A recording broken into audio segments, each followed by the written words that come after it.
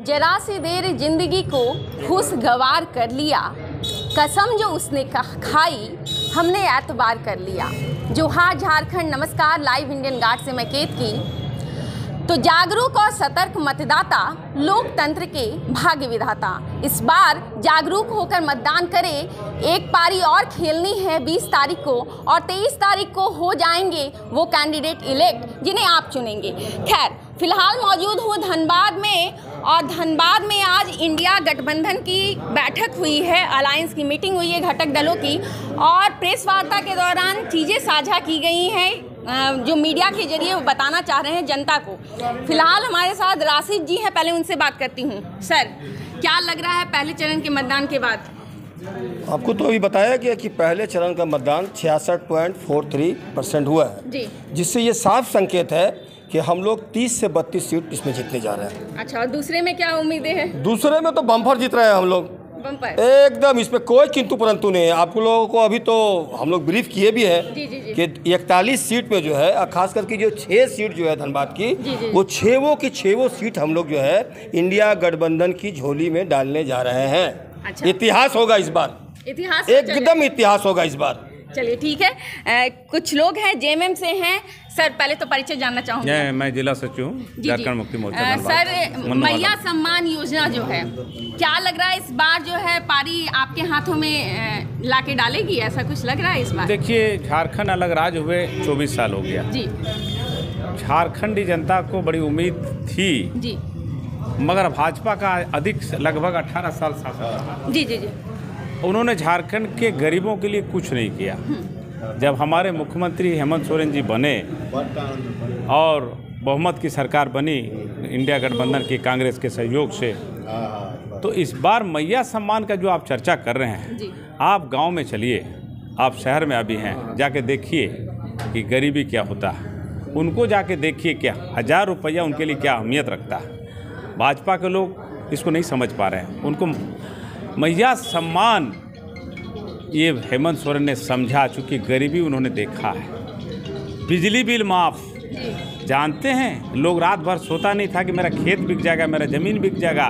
72,000 1 लाख रुपए एक आदमी का बिजली बिल माफ़ था। एक आदमी सब्जी बेचता है, गुराई है, वो हेमंत सोरेन का फोटो लगा कर रखा था। हमने पूछा क्यों फोटो लगाया? बोले भगवान है मेरा। क्यों भगवान है? बोला अरे हम कभी बिजली बिल दे नहीं पाते, ये भगवान है, जब तक हमारा ज़िंदगी रहेगा हम इसी को वोट देंगे। हम बीजेपी को देते थे मगर अब हम इन्हीं को देंगे। ये हवा है, भाजपा को मालूम नहीं है। तो मैया सम्मान ही नहीं, सर्वजन पेंशन है, ओल्ड पेंशन है, बहुत है, कितना बार बोलेंगे। हम आपसे यही कहना चाहेंगे कि हेमंत सोरेन महान है और हमारा राहुल गांधी महान है और हमारे लालू जी महान है, हमारा नेता लोग महान है, जो इतना अच्छा स्कीम जो गरीबों के लिए सीधे मिला। चलिए ठीक है। लखी सोरेन जी हमारे साथ हैं। सर जी, मैया सम्मान योजना पे एक बात आ रही है, बीजेपी का कहना है कि हमने गोगो दीदी योजना की बात की तो जो राशि है उसे बढ़ा दी गई, क्या कहेंगे इस पर? देखिए, इससे पहले हम लोगों ने बोला भी कि जब बीजेपी की सरकार थी जी, तो उन्होंने जो वादा किया था तो कभी पूरा हुआ नहीं। केंद्र में जो वादा किया था कि 2 करोड़ लोगों को नौकरी देंगे, वो नहीं दिया। 15 लाख करके आने वाला था, वो भी नहीं हुआ। अब उनकी 20 साल की सरकार जो यहाँ झारखंड में थी, उन्होंने लूटने का काम किया, योजना कभी धरातल पर लाया नहीं। आप बताइए, उनके 20 साल के कार्यकाल में कभी आपकी योजना, आपकी सरकार, आपके द्वार का कैंप कभी नहीं लगा। आज माननीय मुख्यमंत्री के 2 साल नहीं 3 साल, करीब 5 साल में तो 2 साल कोरोना काल गया, 3 साल में जो उन्होंने विकास का खाका तैयार किया, ये एक झारखंड की जनताओं के लिए बहुत बड़ा मिसाल है। आप बताइए, जैसे ही वो सरकार का काम शुरू किया तो आपकी योजना, आपकी सरकार के माध्यम से 32 से 36 योजनाएं लागू किया, जिसमें सबसे पहला है कि सर्वजन पेंशन, जो आज इतिहास में झारखंड में है कि पहला राज्य बना। इसके बाद सावित्रीबाई फुले योजना, जो बच्चियों का गरीबी, हमारे झारखंड में बहुत से ऐसे बच्चियां हैं जो गरीबी के कारण पढ़ नहीं पाती थी, उसके लिए ये योजना लागू किया है ताकि वो पढ़ लिख रहे। इसके बाद किसान जो ऋण से त्रस्त थे उनका माफ़ किया गया। अब बिजली बिल, जिस तरह के लोगों ने देखा समझा कि हम बिजली बिल नहीं दे सकते हैं, कर्जा हो गया, उसको भी माफ़ किया और अभी 200 यूनिट भी बिजली बिल मुफ्त आप जला रहे हैं। और सबसे बड़ा बात, ये बहुत से लोग बच्चे ऐसे पढ़ नहीं रहे थे, जिसमें गुरुजी क्रेडिट कार्ड का भी उन्होंने लॉन्च किया। अभी हाल फिलहाल में ये योजना उनके दिमाग में था, तो इसका बाद मैया सम्मान योजना जो महिलाओं के बारे में सोचना है, ये माननीय मुख्यमंत्री ही सोच सकते हैं, जिसके लिए लोग इनके प्रति आस्था विश्वास रखे हैं कि यही एक मात्र मुख्यमंत्री है इंडिया गठबंधन के मुख्यमंत्री हेमंत सोरेन, यही विकास कर सकते हैं झारखंड का। इसीलिए लोगों का रुझान है, हमें पूरा विश्वास है, उम्मीद है कि झारखंड की जनता हमें वोट करेगी। कांग्रेस के जिला अध्यक्ष हैं हमारे साथ, संतोष जी हैं।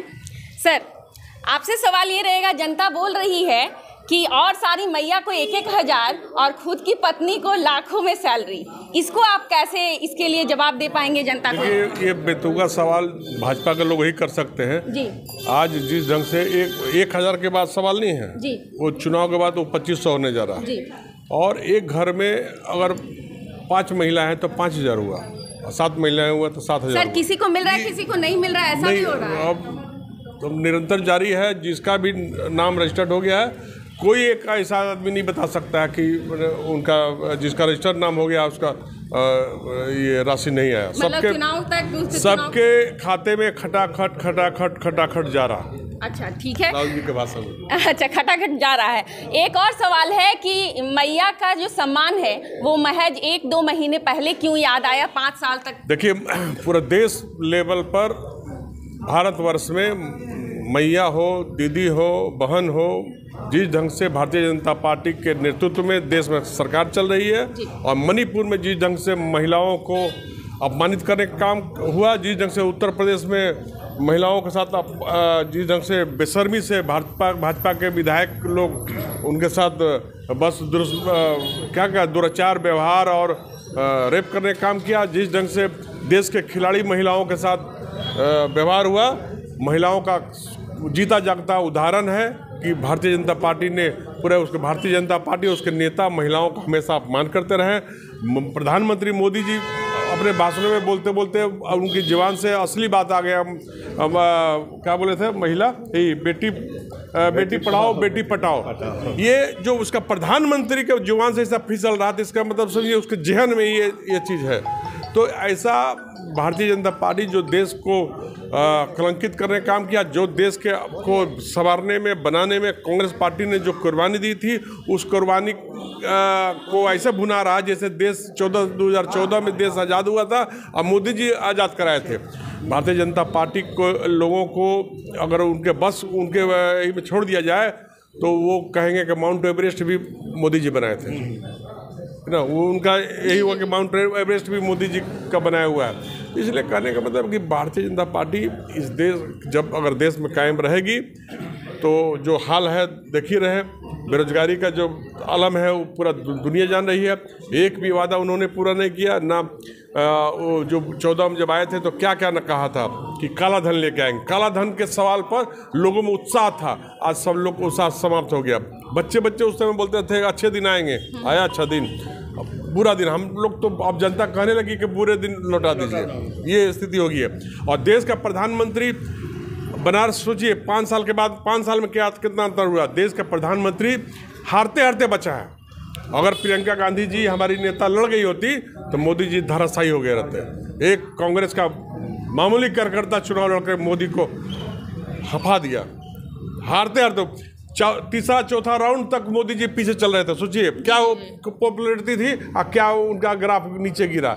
इसलिए उनका मोदी और भाजपा का ग्राफ गिर रहा। कहीं कथनी करनी में अंतर है। जो भाजपा जो कहती है उसको नहीं करती है।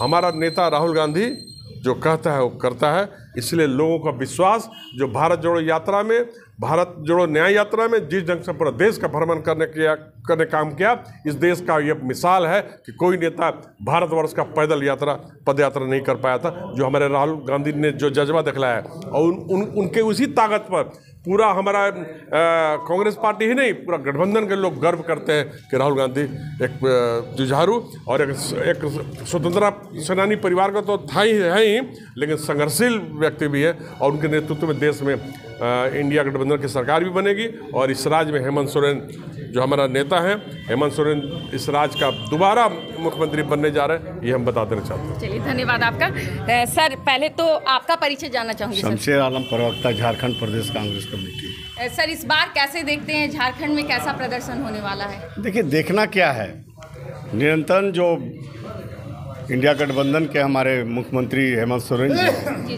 निरंतर आपको पूरे झारखंड का विकास किया और अग्रसर थे। ये तो केंद्र के द्वारा नरेंद्र मोदी और अमित शाह के द्वारा बीच बीच में ईडी सीबीआई लगा करके जेल भेजने का काम किया, यहाँ का विकास को रोकने का कार्य किए हैं केंद्र के सरकार के द्वारा। अगर उनमें मंशा होती तो 1,36,000 करोड़ केंद्र अपनी बकाया अगर झारखंड राज्य को दे देता तो जो विकास उसके बावजूद भी जो रोके हुए हैं उसके बावजूद भी इंडिया गठबंधन के हमारे नेता हेमंत सोरेन जी विकास की ओर आगे बढ़ रहे थे और विकास किए हैं। आज झारखंड की जनता विकास की ओर देख रहा है कि अब विकास अगर कोई कर सकता है तो इंडिया गठबंधन के मुख्यमंत्री हेमंत सोरेन ही कर सकता है। तो निश्चित रूप से आने वाले कल की बात कर ले आप तो पुनः झारखंड की एक एक जनता माता बहनें आपको इंडिया गठबंधन का हेमंत सोरेन का मुख्यमंत्री बनना तय है। सर आपने प्रेस वार्ता के दौरान कहा कि कोई मुख्यमंत्री अगर आदिवासी तबके से आए तो उससे बड़ी बात क्या हो सकती है। भाजपा के पास भी कई ऐसे चेहरे हैं जिसे वो पोर्ट्रे कर सकती है और वो आदिवासी हैं। बात करूंगी चंपई सोरेन जी की ही या बाबूलाल मरांडी जी हुए। दो इसमें सवाल रहेगा। पहला तो कि चंपई सोरेन भी तो आदिवासी थे लेकिन उन्हें हटाया गया और फिर से रिप्लेस किया उन्हें हेमंत जी ने, और दूसरा कि अगर वो भी आदिवासी चेहरे को सामने पोर्ट्रे करती है तो फिर आपका स्टैंड क्या रहेगा? देखिए, एक बात बता दे रहे हैं, झारखंड की जनता अमित शाह और नरेंद्र मोदी को के साजिश को समझ रही है। रघुवर दास को यहाँ का मुख्यमंत्री बनाया। रघुवर दास के समय में क्या हुआ कि हाथी उड़ो, हाथी उड़ रहा है, ये सारी बातें आई है।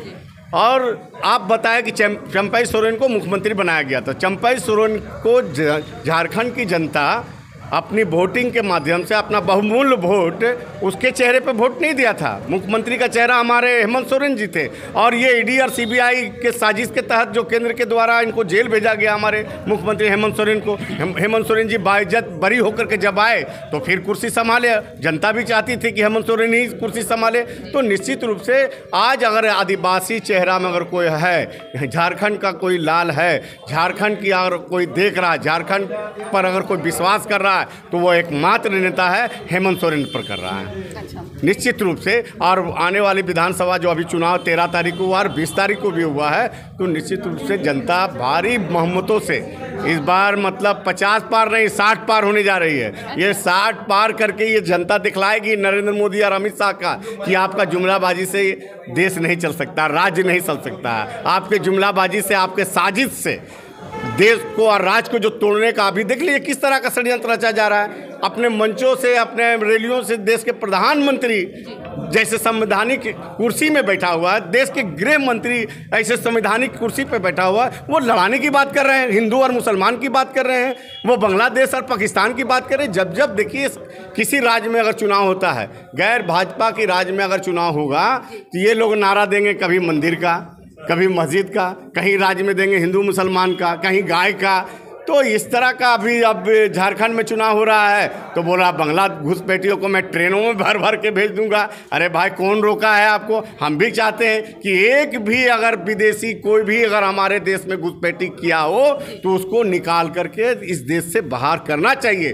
मगर झूठा जुमलेबाजी अगर आपको हमने कहा ना कि इस राज्य में अगर सबसे ज़्यादा राज अगर कोई किया है तो भाजपा शासन किया है। यहाँ पे बाबूलाल मरांडी, अर्जुन मुंडा, रघुवर दास 24 साल राज बने हुए, 18 साल करीब ये लोग राज किया।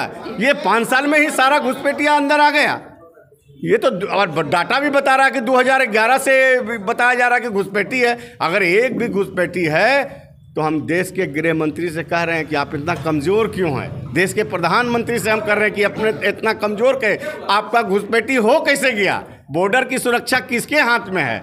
देश के प्रधानमंत्री, देश के गृह मंत्री है, उनके हाथों में है। तो फिर घुसपैठी अंदर आ कैसे किया? झारखंड में कैसे आ गया, बिहार में कैसे आ गया, महाराष्ट्र में कैसे आ गया, गुजरात में कैसे इन कर गया, दिल्ली में कैसे इन कर गया? इसलिए हमको लग रहा है कि निश्चित रूप से देश के प्रधानमंत्री माननीय नरेंद्र मोदी जी और देश के गृह मंत्री माननीय अमित शाह जी बहुत ही कमज़ोर साबित हो रहे हैं, जो आज घुसपैठिया हमारे अंदर आ गया। और हम ये चैलेंज करके कहते हैं कि अगर एक भी घुसपैठिया है तो केंद्र की सारी संवैधानिक संस्थाएं आपके हाथ में हैं, आपके नेतृत्व से चलते हैं। आप एक भी घुसपैठिया को पकड़िए ना और बंगाल के खाड़ी में फेंक दीजिए ना, सिर्फ जुमलाबाजी, देश की राज्य की जनता को आप बरगलाने के लिए, राज्य की जनता को सांप्रदायिक की और ले जाने के लिए तरह तरह का षड्यंत्र रच रहे हैं अपनी वोट लेने के लिए। और ये भी है, इनकी प्रयास है कि झारखंड में हम ऐन कैन प्रकरण साजिश रच करके सरकार की गठन कर लें और अपने पूंजीपति साथी अडानी और अंबानी को झारखंड की जो खनिज पदार्थ है इसको लूट करके अडानी अंबानी के झोली में डाल दे। इनका यही साजिश चल रहा है। मगर ये साजिश झारखंड की एक एक जनता जान गई है कि ये लुटेरे लोग हैं, ये झारखंड को लूटना चाहता है। इसलिए इनको 23 तारीख को समझ में आ जाएगा कि ये सब नहीं चलेगी, और चलेगा तो इस राज्य में हेमंत सोरेन की सरकार चलेगी। चलिए ठीक है, धन्यवाद सर। जोहार सर। सर आपका परिचय जानना चाहूँगी पहले। मोहम्मद हातिम अंसारी जी, जनरल सेक्रेटरी राष्ट्रीय जनता दल प्रदेश कमेटी। सर सबसे पहले तो एक नारा है जो इस बार बड़ा चल रहा है चुनाव में, बटेंगे तो कटेंगे। जी जी। क्या लग रहा है, कैसी पॉलिटिक्स है ये भारत में कि इंसान जो है उसको इंसान से जुदा किया जा रहा है? देखिए, ये बटेंगे कटेंगे, ये यूपी के जो सीएम है ना जी, जोगी, उन्हीं का लाया हुआ नारा है और एकदम वाहियात चीज़ है। एक देश के संवैधानिक पद पर आप बैठे हुए हैं, आप यूपी के पद, आप मुख्यमंत्री हैं, आपको मर्यादा का रह करके अंदर में सब बात करनी चाहिए। जो जनता में उसका मैसेज जाता है, हम प्रधानमंत्री हैं या मुख्यमंत्री हैं, हमको ऐसा बात बोलना है जो जनता के बीच में सही उसका आवाज़ जाए या संदेश जाए।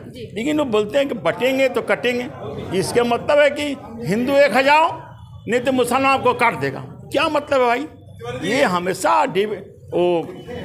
आपस में लड़ाने का काम किया है और यही करके वो वोट दे रहा है, यही करके वोट ले रहा है कि हिंदू मुसलमान करके, हिंदुस्तान पाकिस्तान करके वो वोट लेना चाहता है। यही तो बटेंगे कटिंग का बना रहा है उसके पास है, और कोई मुद्दा नहीं है। जी सर, एक सवाल और रहेगा। आम धारणा है कि मुस्लिम जो है वो इंडिया गठबंधन को वोट करते हैं, इसको आप कैसे देखते हैं? एक सोशल मीडिया पर एक फतवा वायरल हो रहा है, लोहरदगा साइड का कहीं का है कि हम लोगों ने मशविरा किया है कि इंडिया गठबंधन को वोट दिया जाए। दोनों के संदर्भ में बात करना चाहूँगी, आप क्या सोचते हैं? देखिए, इंडिया गठबंधन को वोट इसे देने के लिए वो लोग वायरल किया होगा वीडियो कि देखिए, ये साफ जाहिर है कि भारतीय जनता पार्टी, जिसको हम लोग राजा भारत जलाओ पार्टी बोलते हैं, समझे न, कि भारत जलाओ पार्टी को लोग कैसे मुसलमान में वोट देगा?